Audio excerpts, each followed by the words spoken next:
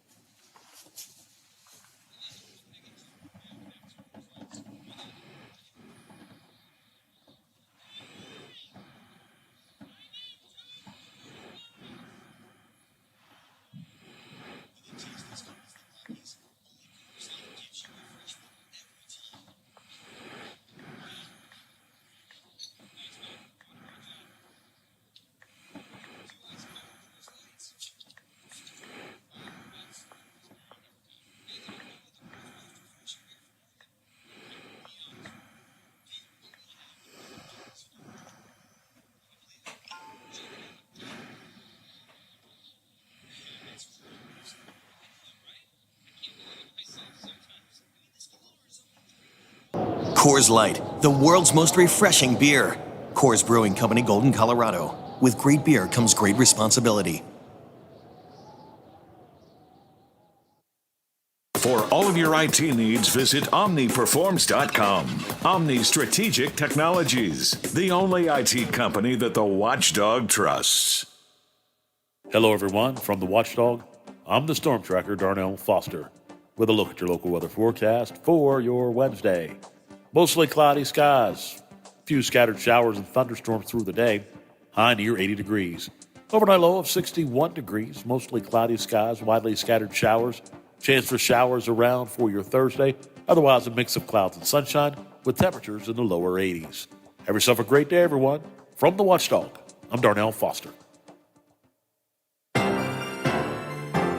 The views and opinions expressed on the following program are not necessarily those of this station or its sponsors.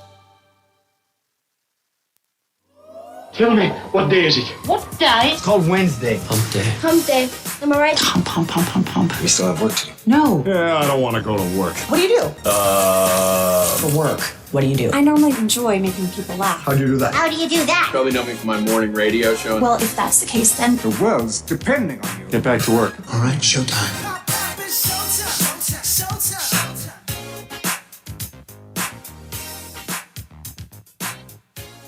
Informing and entertaining the Valley for over 25 years. This is the Watchdog Morning Show with Howard Monroe in the 100 Days of Summer.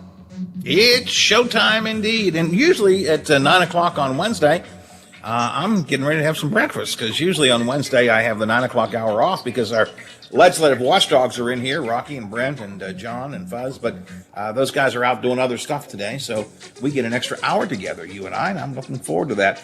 71 degrees at the Wheeling, Ohio County Airport, partly cloudy there. 71 degrees here at my home studios, and it's actually clear skies outside. I guess you could call it overcast, but it looks pretty clear out there, actually. And 71 degrees at the Robinson Auto Group Studios, downtown Wheeling, in the heart of the Ohio Valley. We have been all over the field this morning. Hopefully you found it interesting and fun. Ohio County School Board President David Croft was with us earlier, and I'll put this up on podcast later today because getting a lot of response to it. Ohio County School Board recently, on a 3-2 vote, reduced the funding the school system gives to the Ohio County Public Library. That has generated a huge backlash at the school board meetings and in social media and public media like this. School Board President David Croft was with us to explain why he voted to reduce the funding. I thought he presented a good case. I disagree with it, but he presented a pretty good case. Now, a lot of you are, well, actually, I'm getting differing points of view on the text line 304-214-1600. Some of you are saying that he did a great job and the opponents are just being rude and mean. And others of you are saying that Croft, one person called him a weasel. And I did say, I don't know why, I got a text here that says, Howard, you just read a text from someone that called Croft a weasel. Yeah, I did. I didn't call him a weasel. In fact, I said I don't think he sounded like a weasel. Didn't I say that, Biff? I didn't think he sounded like a weasel. Yeah, I thought you made yourself clear. But so I'm not sure at the point of the text I just got. You just read a text from someone that called him a weasel. Well, if you don't swear, if you don't get me in legal trouble, generally speaking, I will share your text even if I disagree with them. So, yes, I did read a text where he said whether that person called him a weasel. Also, this morning we had some good tech stuff with our morning show tech expert, Carly Noblick. President Biden's infrastructure negotiations with the Republicans, led by Senator Capito, have apparently ended. He's now looking at a different bipartisan plan. And Marshall County officials are lobbying to keep that Mitchell power plant open until 2040. But company leaders told the PSC in public hearings yesterday that could cost taxpayers, keeping it open that long could cost taxpayers $27 million a year. Now, the local officials say, yeah, but if you shut it down early, it's going to cost local jobs and tax money. So we've got that to get into, still to do a little bit later on. And I'm going to get to Matt Robeson right now, but Biffy, in the next half hour, I'll take a minute or two to talk about the Queen Elizabeth story. Did you hear that on ABC News? Yeah. I don't even know who I'm mad at. Some students took a picture of Queen Elizabeth down saying it was part of the colonial history. And then conservatives are going, it's the woke culture, the cancel culture. Yeah, I'm just so sick and tired of the whole thing. We'll talk about it later on. Let's welcome to the program one of our regular contributors, Matt Robeson, former congressional staffer, campaign manager, podcaster extraordinaire, talk show host, and all-around good guy. Good morning, Matt. Howard, how are you? I'm good. Yourself this morning? What's it like where you are? What's your weather like today? It's going to be a hot day, rainy day? What's it like? Yeah, it's hotter than Hades, honestly. It's the summer is hit with a vengeance, and we're all in the doldrums. Everyone I interview on the podcast is what did Trump call Jeb Bush? Low energy. I think people are feeling low energy. Yeah, when it gets this hot, it's hard to get too energized and excited. I guess you're right. We were outdoors yesterday afternoon with my grandson. Went to the playground, and there's not a lot of shade on the particular playground we go to, and the sun was beaten down, and the temperatures were mid-80s. It was like, oh God! And kids they just kept running around. I don't know how they did that. I wanted to lay on the ground and melt into a puddle, and the kids just they're running and running and running. It's like, oh my God! That's what happens. Yeah, they don't seem to notice. Exactly.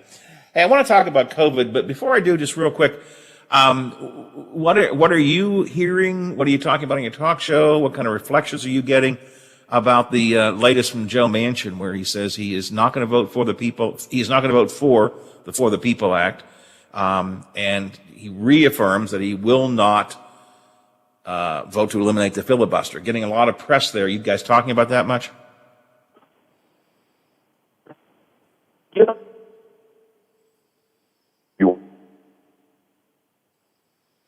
Biffy, we got a bad connection here. Hold on. Matt, hold on a second. Biff, do we have a bad connection? I think we got him. I think we got him back. Is he back now? Okay. I'm sorry. All right, go ahead, Matt. I'm sorry. Well, let's see if this is any better. We are definitely talking about it.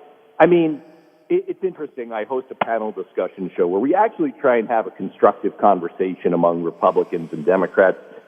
It usually goes pretty well. I don't think people are as interested in constructive conversation as they claim to be. And we talked about this yesterday, and what was really obvious to me is that even Republicans who Democrats can talk to and have meaningful exchanges with have really bought into the idea that the For the People Act is the devil, that, they say, well, it's going to federalize elections. Actually, the Constitution is what says that the federal government has jurisdiction over federal elections. There's nothing new about that. In fact, it was part of the Voting Rights Act originally that gave the federal government oversight over elections. Why? Because one party, it was the Democrats at the time, were trying to duke all the rules in order to make sure that black people couldn't vote. And that was for political reasons, and now the same thing is happening 40, 50 years later. And that's the whole point of what the Democrats are trying to do with the For the People Act. I get where Senator Manchin is coming from. I don't think that it's a great idea to try and push him off the ledge. We've seen that movie before. We saw it in 2001 with Vermont Senator Jim Jeffords, who got enough pressure from the Republican Party to toe the line that he eventually said, you know what, I'm taking my ball and I'm going home. And he became an independent, and he started caucusing with the Democrats, and the balance of power in the Senate turned over to the Democrats. I don't think we want a situation like that if you're a Democrat with Senator Manchin. So I get it, but yeah, clearly the Democrats are going to have to regroup and rethink here and probably focus on renewing the Voting Rights Act. That's probably their best shot at this point, although that also remains a long shot. Yeah, and that's the one. Senator Manchin says that he would be in support of that. It's interesting. He feels it's bipartisan. I think there's only one Republican who signed on to it right now, but somehow he sees that as bipartisan as opposed to the For the People Act. I was on with Michael Harrison, and the editor and publisher of Talkers Magazine, yesterday on his weekly news review program, and I was pointing out, one thing about Senator Manchin, which I think people outside the area have to understand, is when he was governor, when Joe Manchin was governor, his hallmark was pulling people into a room essentially locking the door and saying, we're not getting out of here until we all agree on something. I mean, that's the way he worked when he was governor. And it worked, but that was, 15 years ago? Times have changed, and have changed a lot. I don't know that Manchin has got his head around the fact that the times have changed, that system just doesn't work anymore. I think he truly believes in bipartisanship or nonpartisanship or whatever phrase you want to use, but I'm not sure how findable that is in this day and age. I agree, although I also think, and look, I'm not trying to dunk on my friends who still work in Congress. I've interviewed a number of them, including on the Beyond Politics podcast. We interviewed the author of the For the People Act, the congressman. He's a Maryland congressman who wrote the darn bill. And we get where these folks are coming from. We believe in the bulk of the bill on that show. But I will say that Democrats have not done themselves a ton of favors. I know that voting is a very complicated topic. There's a lot that they wanted to do. But what they sort of did here is they were a little bit starved being out of power for so many years, not having the majority in at least one chamber of Congress for so many years. And so when they showed up to the all-you-can-eat buffet, they took everything that was available and they put it all on their plate, kind of like Bluto from Animal House. And that made for a big, fat target for Republicans to attack. If you break down what is in the bill piece by piece, what you find is Americans in polling strongly support all the pieces. Yes. But when you put the whole package together, it's very easy to demagogue. It's very easy to criticize. And, I would just, the final thing I'll say on this is that I would draw a direct connection between this issue and the other big things going on in the news. Like, for example, the lab leak theory, the Fauci lied thing. What you see over and over again is that Democrats essentially, have this tendency to give big, long, complicated explanations, big, long, complicated solutions. And in politics, the simpler explanation is usually the one that wins. And that's what we're seeing here. I will agree completely with your last statement. I might challenge some of the others, but that last statement is something that's bothered me for years. Democrats just don't understand.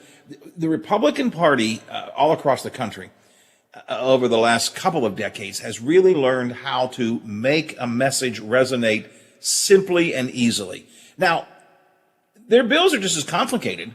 I mean, if you look across the country at some of these election reform bills, Texas, Georgia, elsewhere, they're complicated bills with a whole lot of moving parts, but they're able to make it digestible. I mean, and that's something they've learned, and I will agree that the Democrats have not done a very good job of that, and which then makes it sound too wonky and too complicated and too, whatever phrase you want to use. So we'll have to see. Let's shift gears here at 9:20 in the morning on the Watchdog Morning Show with Matt Robeson here. Matt, let's shift gears to something you mentioned, though, which is this whole COVID-19 leak from the Wuhan lab. That was a story that got some traction in the very beginning of COVID and was kind of shot down. And then it's begun to slowly resurface a little bit. President Biden wants to have a further look at it and ask for a report on it. Republicans have jumped on it, as you point out, and of course, somehow they seem to blame Dr. Fauci for it. They see this as a good wedge issue. I know you talked to one of the key COVID reporters from the New York Times recently on, I think, Great Ideas podcast. What does he say about this, and what are you hearing and assessing based on all the research you're doing on this COVID-19 leak from a lab, bats to humans, whatever? Yeah, it was a great episode. We were in the Beyond Politics podcast. I urge people to check it out. To my knowledge, Donald G. McNeil Jr., was the lead COVID reporter for the New York Times for most of 2020. Your listeners probably heard him if you listen to The Daily, the New York Times podcast, or read his coverage. His stories were averaging 7 million readers that they could track online per story.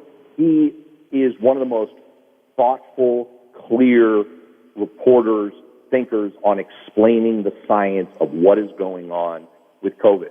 And so we asked him. We pulled him onto the show. To my knowledge, this is his first audio appearance that he's done since he left the New York Times.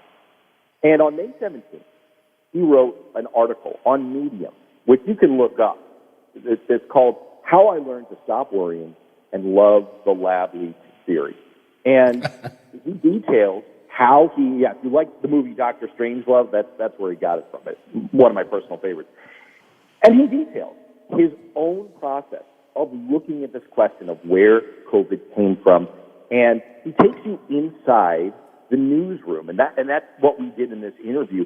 I asked him to go behind the scenes, explain what happened, what was going on at the New York Times, what was he thinking, what were his editors thinking, and look, at the end of the day, what happened with this was science, normal, regular science.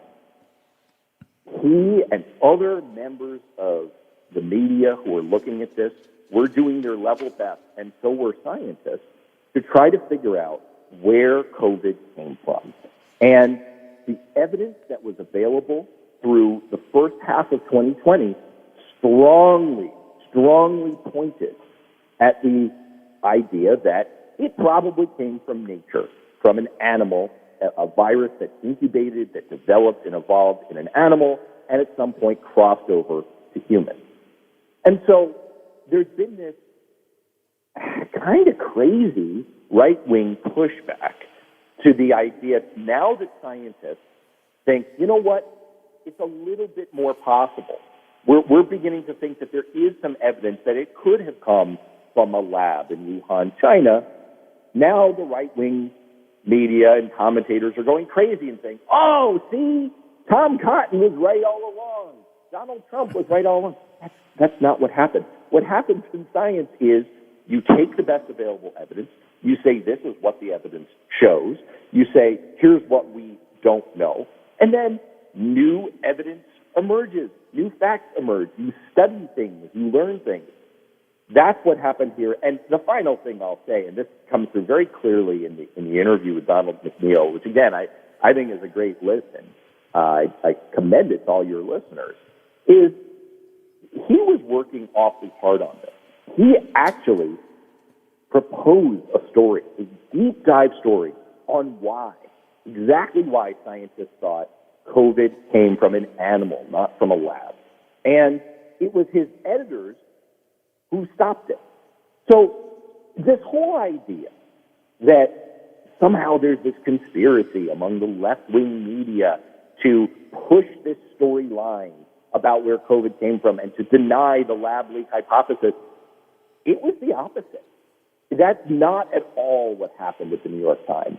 So, yeah, I mean, this has been, that and the Fauci lied episode has been, you know, again, like we were saying before, it's so much easier to make vague charges, to kind of throw random chaff out into the wind, and to muddy the water in people's minds. It's a lot harder to give deep, careful explanations of what actually happened, and that's why there's some controversy. You pointed out something which I keep trying to remind folks of, and it gets lost in the political world. Science is a process. We begin with a theory or hypothesis, we test it, and we give you. In fact, I gave a speech decades ago about journalism, the same thing, and I said, all we can do as journalists is give you the information we have at any given point in time. And tomorrow we may have more information, and the story that we report in tomorrow's newspaper may be different than the story we report today because we get new information. Science is like that, very much the case. Fauci, in particular, has been the subject of ridicule and criticism really since COVID began, because he has, as new information has become available, he has adjusted some of the things he has said. And we hear then from particularly Republicans, well, he's lied before, now look what he's doing here. No, he's got new information. And as we get new information, we reassess and maybe offer different suggestions. And that's been the case really with a lot of this whole COVID thing, is that it was, I think we forget that it was called the novel, coronavirus when it first came out, because it's brand new. Nobody's seen it. We were all learning together. Scientists were learning together, and we were learning from them. And as you learn, you adapt. And I think Fauci in particular has been the subject of a lot of criticism because as time went by, he has adapted. Look, I'm married to, my wife's a physician. And so just to break down the kind of this whole Fauci lied hogwash for a moment, there are three main things that Fox News and Laura Ingraham and that kind of media element have been saying in the last week or two.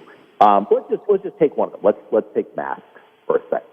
They point to this email that it was an exchange with Fauci, and he said, "Well, we don't know." This is an email from February 5th, 2020. All right, so just to put it in context, how early on this is. We've known about COVID for about a month at that point. And so when the former Secretary of Health and Human Services, Sylvia Burwell is her name, emailed a question about masks, he said to her, look, what we think is that masks are good for infected people because if they sneeze, it prevents the droplets from their mouth from reaching you. We don't think they provide that much protection for people who are not infected because it's not going to prevent the droplets, the microscopic virus particles from penetrating the mask and getting into your airways and getting you sick.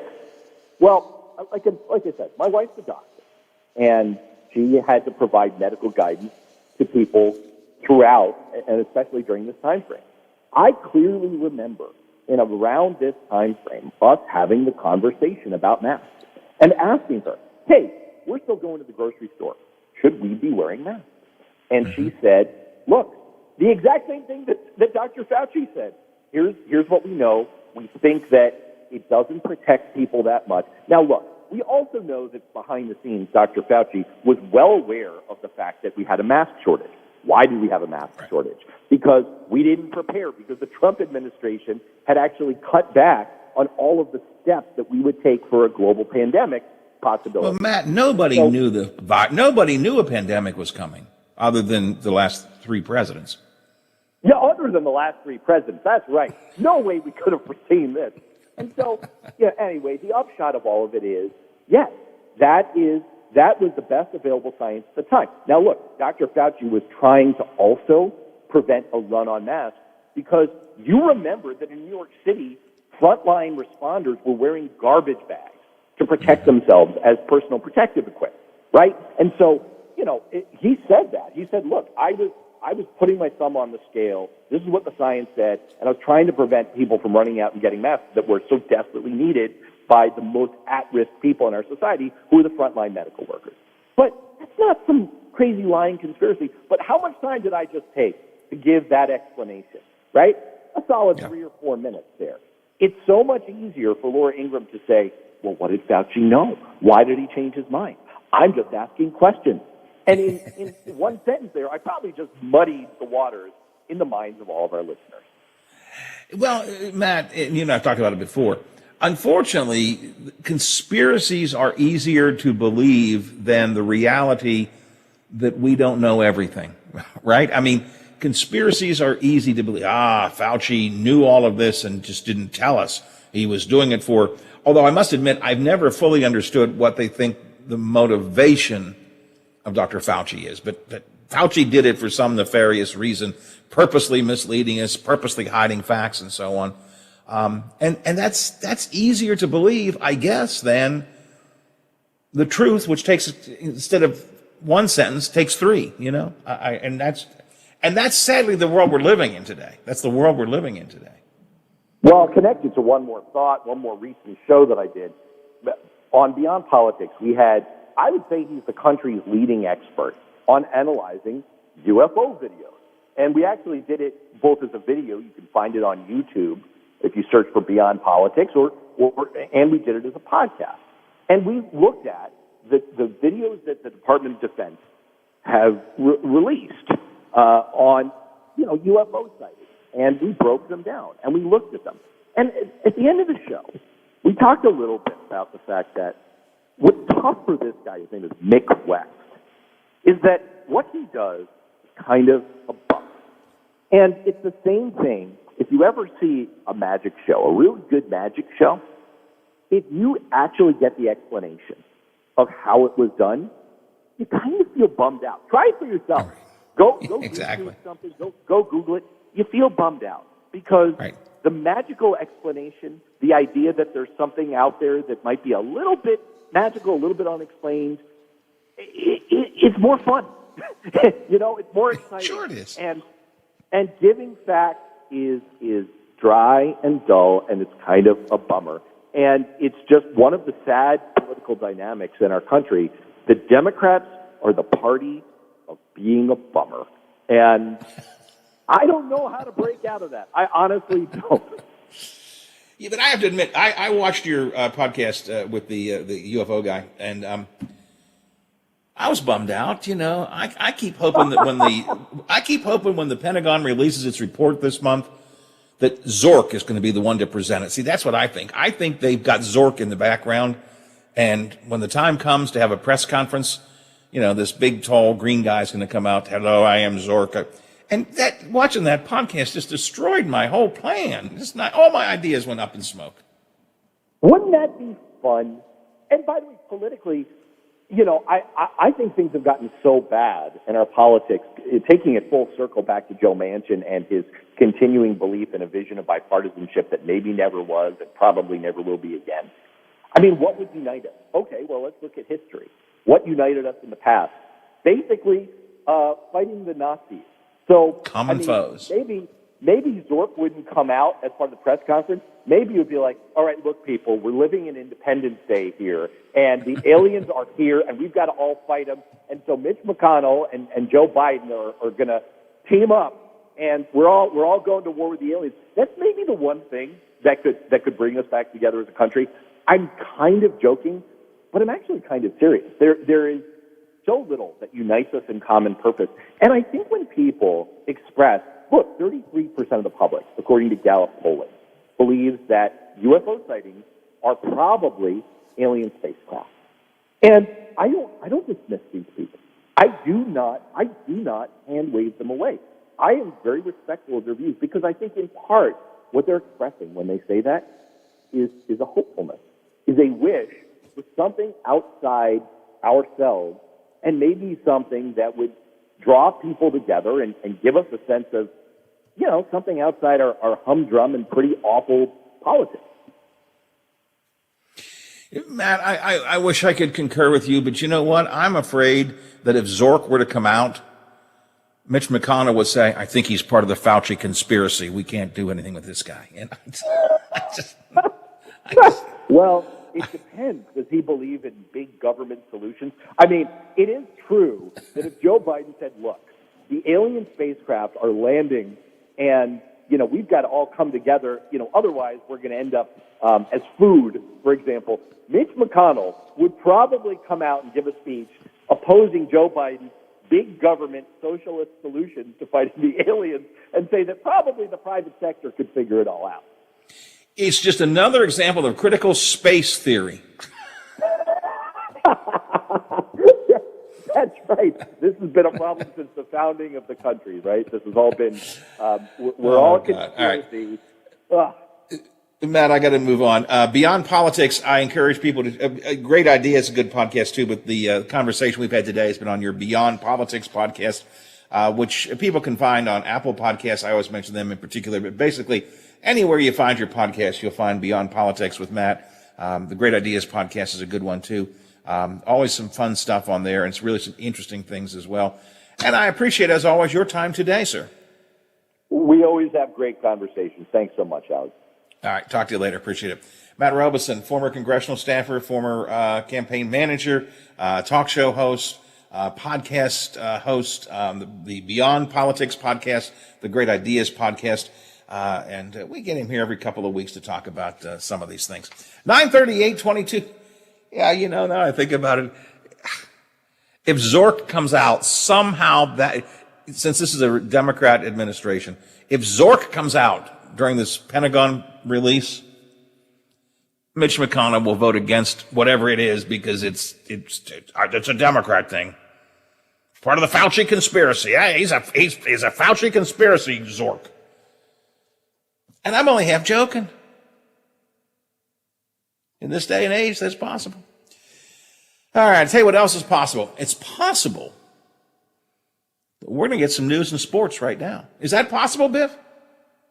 That's a guarantee. Let's do it. The Metro News Update is brought to you by Thomas Auto Centers, Mall Road, St. Clairsville. Get the best deal at Thomas Auto Centers. What?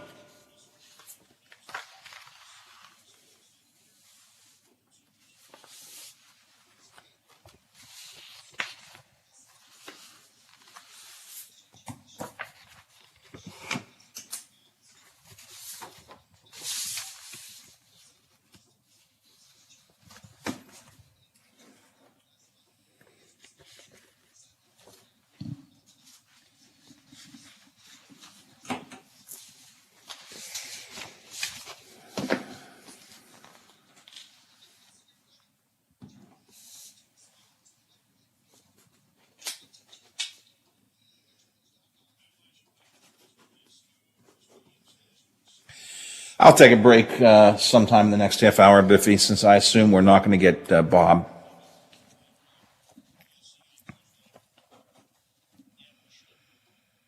Yeah, unless he happens to be listening and call in, but I would not anticipate it. So you don't have to squeeze everything in. I'll take another break.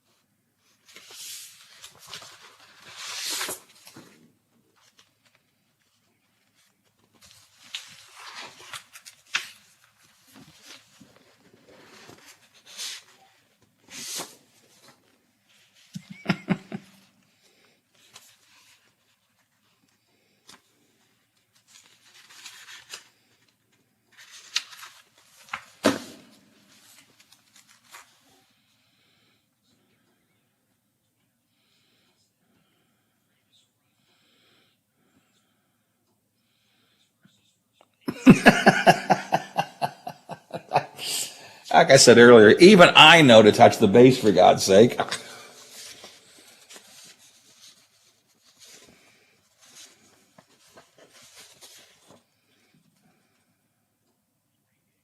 Hey, be safe out there. Please be considerate of others, and don't forget to check on the elderly. I'm Bill DeFabio on sports, and we are the Watchdog. Jobs, jobs, and more jobs. If you're looking for employment, the WTRF Ohio Valley Job and Career Fair is the place to be. On June 10th at the Wheeling Park Ice Rink, come prepared to meet with employers from a variety of industries that are looking to hire entry-level to experienced workers. Dress professionally, bring copies of your resume, and be prepared for on-site interviews. Don't miss the WTRF Ohio Valley Job and Career Fair on June 10th at the Wheeling Park Ice Rink. For more information or to see how your business can participate, visit the Job and Career page on WTRF.com. You took the first step and quit smoking, but even former smokers may still be at risk for lung cancer. That's why SaveByTheScan.org wants you to know about a new low-dose CT scan that can detect lung cancer early. It takes only 60 seconds and could save your life. You took the first step, now take the next. Visit SaveByTheScan.org for a simple quiz to see if you're eligible and talk to your doctor about screening. SaveByTheScan.org is brought to you by the American Lung Association's Lung Force Initiative and the Ad Council. A serious injury from an accident can be just the start of your worries. What if you cannot return to work? How do you take care of your family if you're disabled?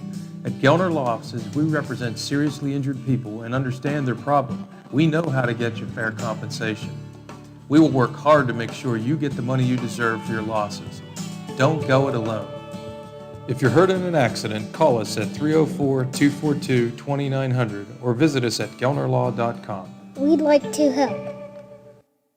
Does your dog need groomed or walked? Are you looking for a pet sitter or dog boarding options? If so, call Dirty Paws, Wheeling's newest pet care service, providing the Ohio Valley with everyone's pet care needs. Check us out on Facebook at Dirty Paws WHG or call 304-639-7754. Now, during the Jim Robinson Ford Lincoln Toyota Pre-Owned Super Sale, select from over 80 vehicles in stock starting under $5,000. Most are local trades, many with one owner. Hurry to Jim Robinson at the Highlands, home of lifetime powertrain protection.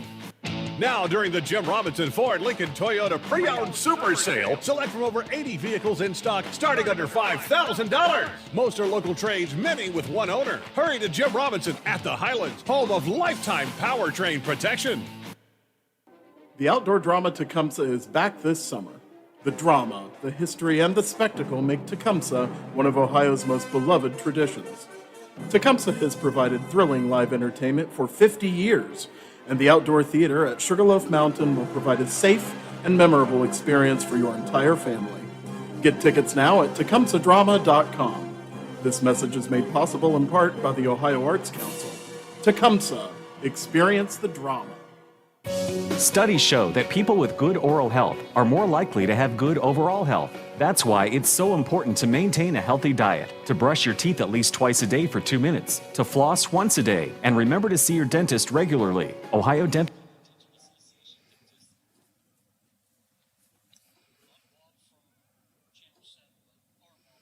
Oh, okay. Is he on?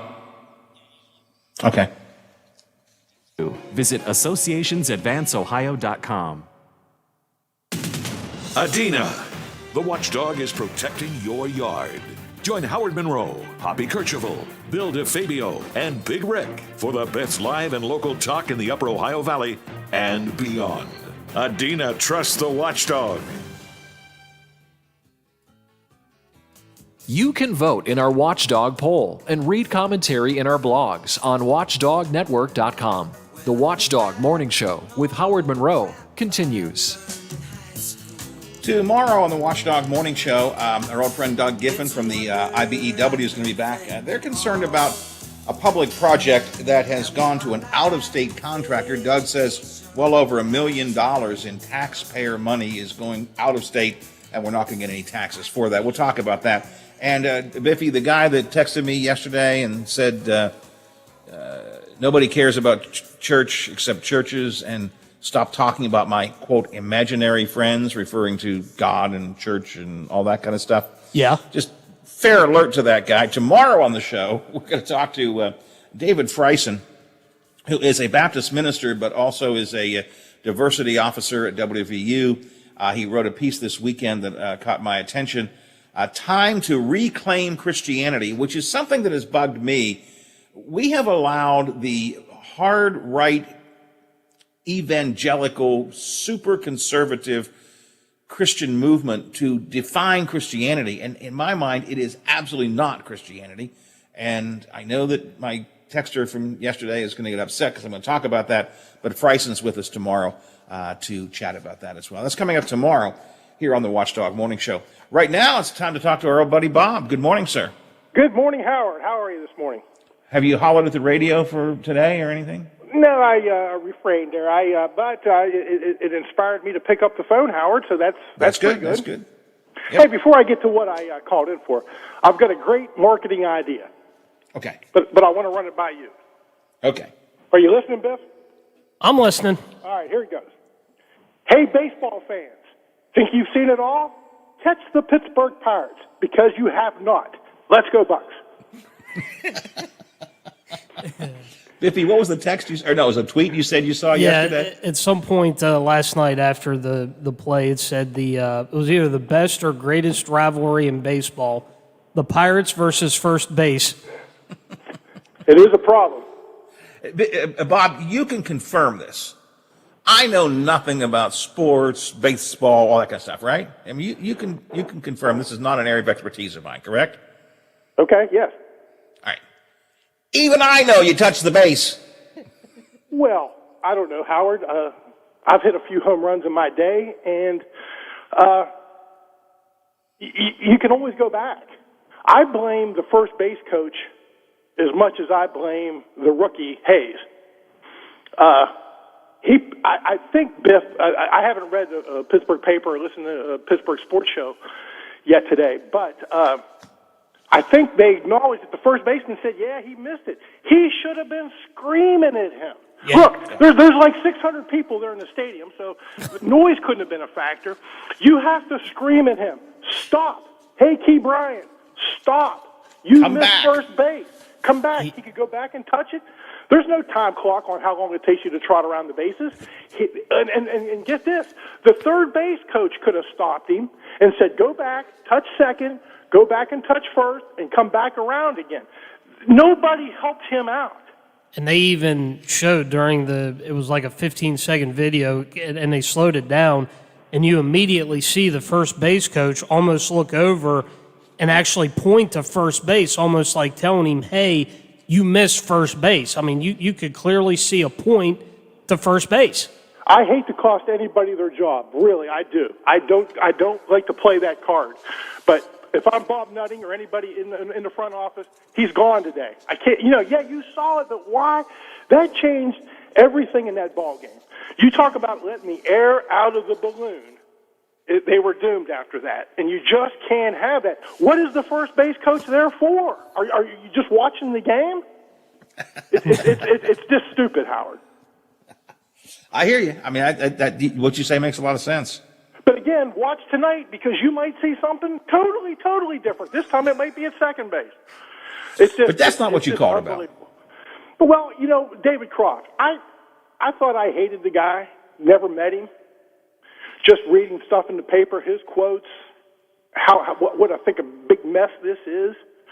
I think he might be a good lawyer, but yeah, I just don't trust that. I just don't.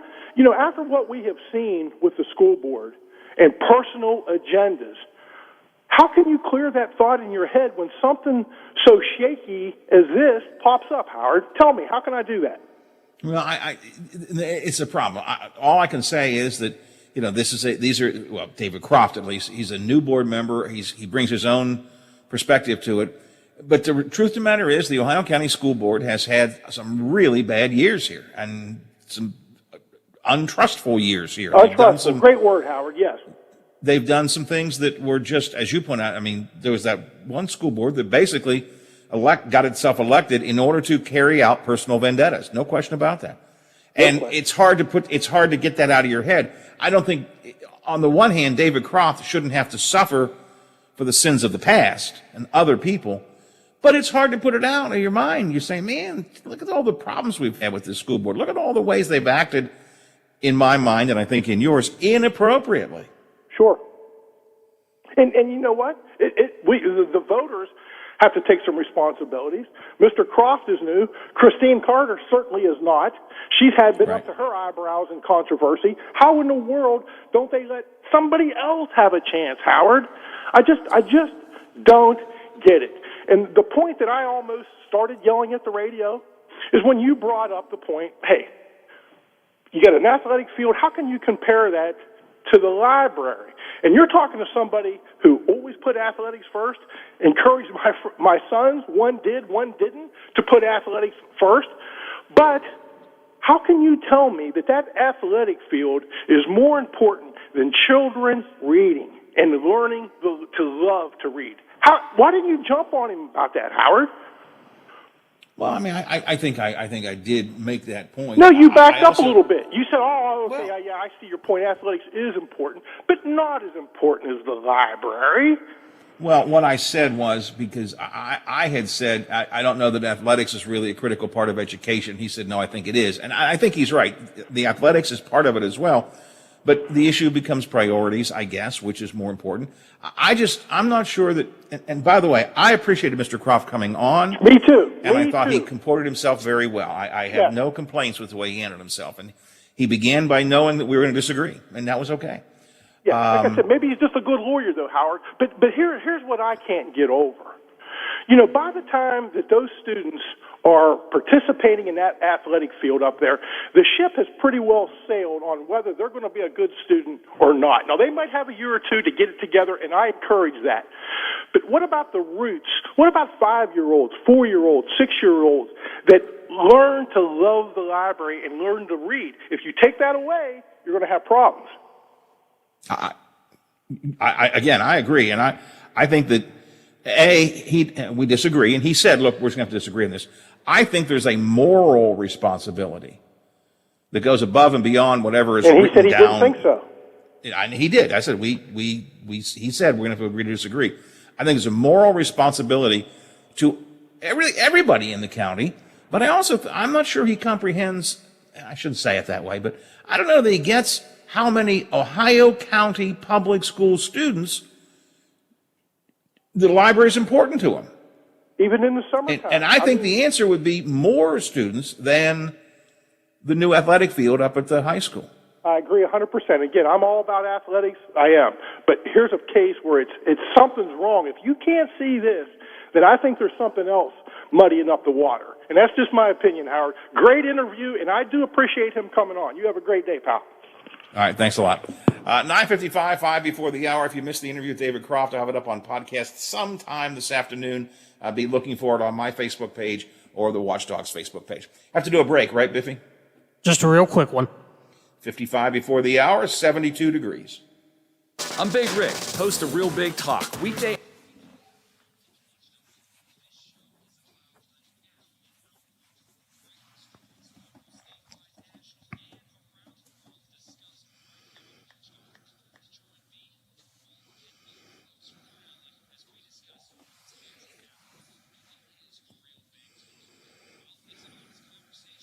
Part of no matter which way you lean.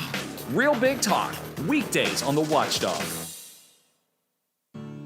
A serious injury from an accident can be just the start of your worries. What if you cannot return to work? How do you take care of your family if you're disabled? At Gelner Law Offices, we represent seriously injured people and understand their problem. We know how to get you fair compensation. We will work hard to make sure you get the money you deserve for your losses. Don't go it alone. If you're hurt in an accident, call us at 304-242-2900 or visit us at gelnerlaw.com. We'd like to help. Want to generate more leads for your home improvement business? Menards offers trade professionals the opportunity to promote their services in our installer center. We encourage you to connect with our guests because we're your supplier, not your competitor. Contact one of our team members at any of your surrounding Menards store locations to inquire about the free program and get enrolled in our installer center today. Save big money at Menards. Plumbers and Steam Fitters Local 83 want to thank the owners and contractors of the Ohio Valley for using their locally trained workers to help build for the future. Local 83 helps design, fabricate, and build the gas infrastructure for the oil and gas industry here in the Ohio Valley. Plumbers and Steam Fitters Local 83 is 300 members strong and growing. They also do residential, commercial, and industrial work on both sides of the river. For more information, call Plumbers and Steam Fitters Local 83 at 304-233-4445. WKKX and WVLY voted coolest couple in their high school yearbook. We're on air, online, on video, and on demand. Find us where you like us. This is the Watchdog Morning Show with Howard Monroe. Oh my God, oh my God, oh my God, oh my God. Sean Flaherty just tweeted something out, and I don't have time to get into it today. We'll do it tomorrow. There's video here. There's audio we can play. It comes from an Ohio public health hearing that's being done in the Ohio House. An anti-vaccine expert witness claims, Biffy, vaccines, which you've had and I've had, vaccines cause forks and keys to stick to your forehead. Okay. We will play this clip for you first thing tomorrow morning at 7. I wish we had time to do it today. Oh, my God. Oh, and she's just ranting here, and it's all linked to the 5G towers, and oh, my God. Biff, have you had any forks and keys come flying to your forehead since you had the vaccine? No, and it's been 3 weeks since I've been fully vaccinated, so nothing's stuck. It's been months since I've had no forks. The only time a fork came at my forehead was I irritated Nancy one time, but that was not the vaccine that caused it. Oh, God. This is hilarious. We'll start off with this tomorrow on the Watchdog Morning Show. But for now, I got to say sayonara, see you, bye-bye, farewell. I got to go, got to get out of here. Kirchhoff's got the calm coming up next. And as for me, good Lord willing, creeks don't rise. And Teddy says it's okay to come back tomorrow, Granddad. I'll be back 7 o'clock. You back with me, Biffy? I'm back for a Thursday. Oh, we're going to start off with this thing. Forks and knives. I'm going to check that out, see if it's going. We're going to keep on doing this till we get it right. After that, it might be a long time. Indeed. The Watchdog is FM 98.1, AM 1600 WKKX Wheeling, FM 97.7, AM 1370 WVLY Moundsville. The ABC News is brought to you by Thomas Auto Centers, Mall Road, St. Clairsville. Get the best deal at Thomas Auto Centers. Union making. All right, I will send you this clip here in just a minute. Oh my God! It just Sean just tweeted it out during the break there. It's oh my God! Vaccines causes forks and keys to stick to your forehead, and it's linked to the 5G network towers. Okay, yeah, I will. I'll ship that off to you in a few minutes so we can use that tomorrow. All right, you heard me tomorrow. We've got Freisen at 9:10, and Doug Giffen coming in at 8 o'clock. And I think he said he was coming in. And then I don't know. That's at the moment. That's all I've got. We'll see what else happens. Obviously, because I did this show, we canceled our meeting for today, so I'm not coming in today unless you need me for something or anybody needs me for something. Otherwise, I'm just going to work here from home today and see if my wife brought me any food back since she was out taking Teddy to camp. Maybe she stopped and got some maybe sausage gravy and biscuits or something. Couldn't have to see. It would be nice. I'm in the mood for it. And but I'll be here if you need me, so give me a call. Otherwise, good show today. I appreciate your help, and we'll try it again tomorrow. All right, thanks a lot. Bye.